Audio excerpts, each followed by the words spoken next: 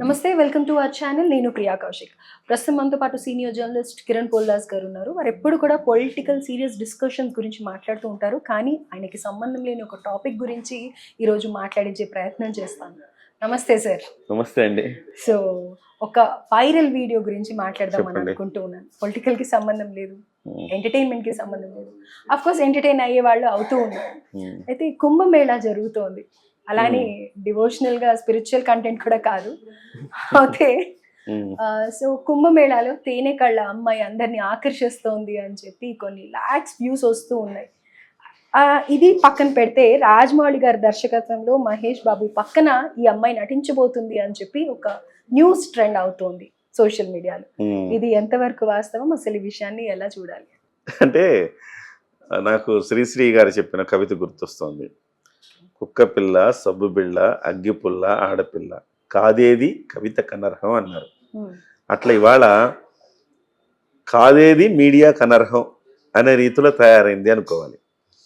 గత కొంతకాలంగా చూస్తుంటే సోషల్ మీడియా ఎప్పుడైతే ఎంట్రీ ఇచ్చిందో, మన మన మన జీవితాలకు సోషల్ మీడియా వచ్చిందో, చిన్న చిన్న విషయాలు కూడా ఒక అద్భుతమైన విషయాలుగా, అబ్బురపడే విషయాలుగా ప్రచారానికి నోచుకుంటున్నాయి. ఇంతకుముందు ఎప్పుడు లేదు. ఇంతకుముందు మెయిన్ స్ట్రీమ్ మీడియా మాత్రమే ఉన్నప్పుడు చాలా తక్కువ ఇలాంటివి అసలుకి మనకి కనిపించేవి కాదు. ఒకళ్ళని ఎవరినైనా ఇంటర్వ్యూ చేయాలంటే వాళ్ళని నిజంగా ఇంటర్వ్యూ చేయదగిన వ్యక్తులా అని ఆలోచించేవాళ్ళం. కానీ ఇవాళ సోషల్ మీడియా వచ్చిన తర్వాత ప్రతి ఒక్కళ్ళని ఇంటర్వ్యూ చేస్తున్నాం. అడుక్కు తినే వాళ్ళని ఇంటర్వ్యూ చేస్తున్నాం, బిచ్చగాళ్ళని ఇంటర్వ్యూ చేస్తున్నారు, రకరకాల ఇంటర్వ్యూ చేస్తున్నారు. ఏంద్రా బాబు అని మనం ఇట్లా కోక్కోవాల్సి వస్తుంది. సో అలాంటిగా అంత స్థాయిలో ఇది మీడియా దిగజారిపోయింది అందామా అంటే కాదు. ఎందుకంటే జనం చూస్తున్నారు కాబట్టి.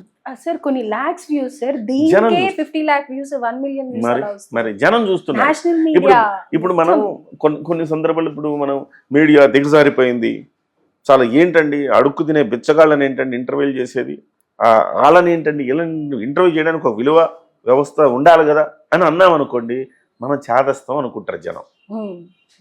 జనం ఎట్ట తయారంటే కొత్తదనం కావాలి, ఏదో కొత్తగా కావాలి.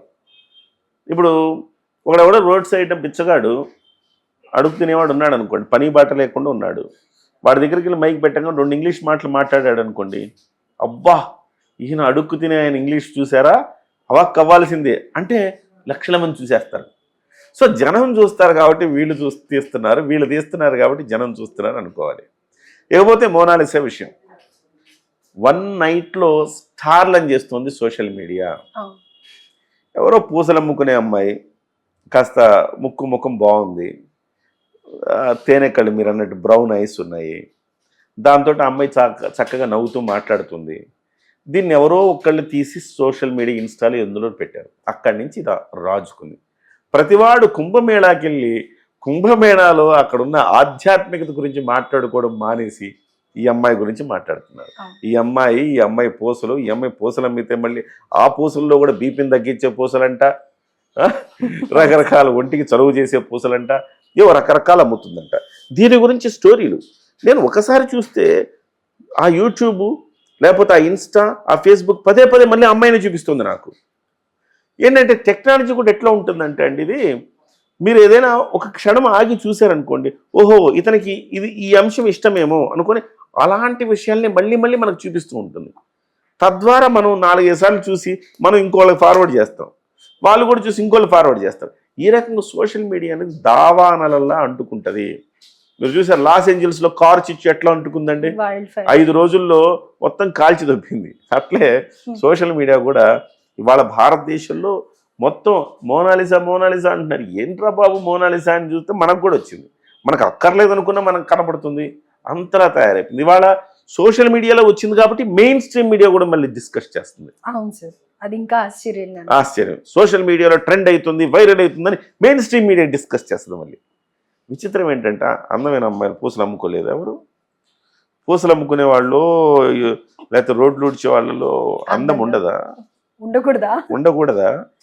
బోల్డ్ మంది అందం మనం చూడలేకపోతున్నామేమో, కానీ చాలా మంది పేదరికం ఉంటే అందం ఉండదా? అదేదో రవితేజ ఈడియట్ మూవీలో అంటాడు కదా, పోలీస్ ఆఫీసర్ అయితే వాడికి ఆడపిల్ల ఉండదా? పోలీస్ కూతుర్లకి పెళ్ళిళ్ళు పెళ్ళిళ్ళు కావా? కావా అంటాడు కదా. అట్లా మీకు పేదవాళ్ళైతే అందం ఉండదా? అందాన్ని మీరు చూడలేరేమో పేదవాళ్ళలో. బోల్డ్ మంది అందమైన అమ్మాయిలు ఉంటారు పేదవాళ్ళలో. సో డబ్బులున్న వాళ్ళందరూ అందగత్తెలే కాదు, పేదవాళ్ళందరూ అందంగా అందవిహీనంగా ఉండరు. కాబట్టి ఇదేదో ప్రపంచం మెచ్చదగిన విషయం, అద్భుతం, 8వ వింతలాగా దీన్ని ప్రచారం చేసేసి ఇలా చేసి ఇదేమైపోద్దంటే చర్చించకూడదు అనుకునేది కాదు, చర్చించాల్సింది కాదు. సో అటు ఇటు చర్చించకూడదు అనుకుంటే వైరల్ అయిన టాపిక్ అందరూ ఆసక్తిగా చూస్తున్నారు కాబట్టి మనం చర్చించాల్సి వస్తుంది. ఇంత చెప్పుకుంటున్నాం, మనం కూడా లేదు సార్, ఇక్కడ మాట్లాడుకుంటున్నాం. నాకు ఒక డౌట్ ఏంటంటే రాజమౌళి గారు నిజంగా అమ్మాయిని పెట్టి అప్పుడే అక్కడ దాకా వెళ్ళిపోయాక ఆశ్చర్యం అమ్మాయిని మీకు? తీసుకొచ్చి ఆశ్చర్యం మీకు? నాకైతే ఆశ్చర్యం లేదండి. పెట్టినా పెడతారు. తీసినా తీస్తారు. ఎందుకు చెప్తున్నానంటే అర్థమైంది సగం వరకు నాకు. రైట్, చెప్పండి మీరు. అప్పుడెప్పుడు అసెంబ్లీ పరిసరాల్లో ఒక ఆయన ఎవరో కుర్చీ తాత అని ఎవరో ఒక ఆయన ఉండేవారు. ఆయన పేరు కుర్చీ తాత కాదు, అలా కుర్చీ తాత అని పెట్టారు. అనేది ఎవరో ఇట్లే మైక్ పెట్టి, నేను చెప్పాను కదా పిచ్చగాళ్ళని టచ్ చేసుకుంటూ పోతారు. ఎవడో కూడా పిచ్చగాళ్ళు ఏదో ఒక స్పెషల్ దొరకపోద్దా, మనకు వైరల్ అయిపోద్దా, వీడియో వ్యూస్ రాకపోతాయని చెప్పి ఎవడో టచ్ చేసుకుంటూ వెళ్తుంటే ఒకడెవడో తగిలాడు. ఆ ముసలాయన ఏంటంటే ఆయన ఫ్లాష్ బ్యాక్ చెప్పుకొచ్చాడు. కాకపోతే ఆయన చెప్పే ఆ నెరేషన్ వెరైటీగా ఉంటుంది. ఆ నెరేషన్లో కుర్చీ తీసుకుని కొడితే అని ఇలా అనగానే అది కాస్త వెరైటీగా అనిపించింది. ప్రతివాడు వెళ్ళిపోయి మైకులు పెట్టడమే ఆయన దగ్గర. చివరికి ఆయన ఏం చేశాడంటే, నేను ఉట్టినగా చెప్పను, డబ్బులు ఇస్తే చెప్తాను నువ్వు. సరే ఆయనకి డబ్బులు ఇచ్చి మరీ చెప్పించారు ఆయన్ని. ఆయన ఎక్కడ దాకా వెళ్ళారు తెలుసా ప్రియాంక గారు? చివరికి సినిమాలో ఆయన పెట్టి కుర్చీ తాత సాంగ్ పెట్టడం జరిగింది. ఓ అందుకే ఇప్పుడు ఈ విధమైన మరి ఆయనకి ₹1,00,000 ఇచ్చి ఆయన్ని తీసుకొచ్చి కుర్చీ తాత అని చెప్పి ఆయనతో ఆయన స్లాంగ్లో కుర్చీ తాత సాంగ్ పాడించి తీసుకొని దానికి ఆయనకి డబ్బులు వచ్చినాయి. జనం కూడా వెరైటీగా కుర్చీ తాత సాంగ్ ఉందంటే అందులో అని జనం వెళ్ళడం. వేలం వెర్రి అంటారే, అది వేలం వెర్రి అనే పదానికి పరాకాష్ట. అక్కడెక్కడో పాపం ఒక ఆవిడ పేరు ఏంటండి, ఒక స్ట్రీట్ ఫుడ్ ఆవిడ ఒక ఆవిడ దగ్గరికి వెళ్ళిపోయి, ఇక్కడ స్ట్రీట్ ఫుడ్ లివర్ 100 కుమారి ఆంటీ దగ్గర కుమారి ఆంటీ అని చెప్పేసి కుమారి ఆంటీ ఫుడ్ అని చెప్పి ప్రచారం చేశారు. ఆవిడ ఎంత సంపాదిస్తుందో చెప్పారు. చివరికి ఆవిడ అక్కడి నుంచి షాప్ ఎత్తేసుకోవాల్సి వచ్చింది. ముఖ్యమంత్రి దాకా వెళ్ళిపోయింది ఆ అంశం. అంటే ఒక చిన్న విషయం ఆవిడ జీవితాన్ని దెబ్బకొట్టింది. మళ్ళీ ముఖ్యమంత్రి జోక్యం చేసుకుని మళ్ళీ ఆవిడ షాప్ ఆవిడకి ఇప్పించాడు. చివరికి ఆవిడ ఎక్కడికి వచ్చిందంటే, ఆమె ఎంత ఫేమస్ అయిందంటే విజయవాడ వరద బాధితులకి సహాయం చేసిందండి ఆవిడ వచ్చి. ఆవిడకి ఇప్పుడు అంత ఫేమస్ అయిపోయింది కుమారి ఆంటీ. ఆ తర్వాత అక్కడెవరో ఒక డైరెక్టర్ ఎన్నాళ్ళ నుంచో సినిమా ఇండస్ట్రీలో ఉన్నాడంట, కానీ ఎవడు దేకట్లా. వెళ్ళిపోయి ఒక మురికి కూపంలో చెత్త వేసి దగ్గర మంచం వేసుకుని ఆడే పడుకోవడం, ఆడే చేయడం చేస్తే ఈడెవడో ఇక్కడికి వచ్చాడంటే చూస్తే ప్రముఖ డైరెక్టర్, చెత్తలో ప్రముఖ డైరెక్టర్ అని వేస్తే విపరీతంగా వైరల్ అయ్యాడు. కుమారి ఆంటీ టైంలోనే. అంటే అర్థం ఏంటంటే అప్పటి వరకు అతను నిజాయితీగా ప్రయత్నం చేస్తే ఒక్కడి దేకలా. అతను చెత్తలో వెళ్ళి కూర్చొని 4 మాటలు చెప్పేసరికి అతను మళ్ళీ స్టైల్గా ఇట్లా సిగరెట్ తాగుకోవడం ఇదంతా పెట్టుకోవడం చేస్తే ఫిలాసఫీ చెప్పేటప్పటికి మామూలుగా అతను ఆ ఫిలాసఫీ ఒక స్టేజ్ మీద చెప్పండి ఎవడండు, ఒక క్లాస్ రూమ్లో చెప్పండి ఎవడండు. సో ఆ చెత్తలో కూర్చొని చెప్పాడు కాబట్టి అందరూ విన్నారు. సో ఈ రకంగా ఈ సోషల్ మీడియా వచ్చాక ఎవడు స్టారో ఎవడు స్టార్ కాదో ఎవడికి అర్థం కావట్లా. సింగిల్ నైట్లో స్టార్లు అయ్యేవాళ్ళు వచ్చారు. కాబట్టి మీరు ఎలాంటి అనుమానం పడద్దు. మోనాలిసా కూడా మహేష్ బాబు సినిమాలో ఉంటే మీరేం ఆశ్చర్యపోవద్దు. అయితే నెక్స్ట్ మోనాలిసా మహేష్ బాబు మూవీలో, at the same time Jabardasth లో, తర్వాత శ్రీదేవి డ్రామా కంపెనీలో, నెక్స్ట్ ఒక యూట్యూబ్ ఛానల్. మోనాలిసా జీవితం కాస్త పూసలు అమ్మే దగ్గర నుంచి పూసలు తయారు చేసే దాకా వెళ్ళిపోతుంది. సో ఇది సోషల్ మీడియా మ్యాజిక్. ఇది సోషల్ మీడియా మ్యాజిక్. అంతకంటే అందగత్తె లేరా అంటే బ్రహ్మాండంగా ఉన్నారు. మట్టిలో మాణిక్యాలు ఉన్నారు.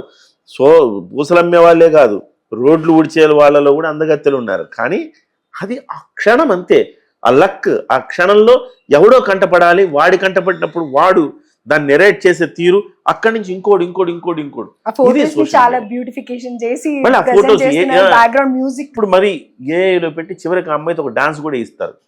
ఆ అమ్మాయి నిజంగా సినిమాలోకి వచ్చి సల్మాన్ ఖాన్తో నటిస్తే ఎలా ఉంటుంది మోనాలిసా? మహేష్ బాబు పక్కన మీరు ఇప్పుడు మహేష్ బాబు అన్నారు, ఈ డిస్కషన్ ఎవరైనా చూసారనుకోండి, వెంటనే మహేష్ బాబుకి ఆ అమ్మాయికి పెట్టేసి ఒక చిన్న సీన్ కూడా సృష్టించేస్తారు. రైట్.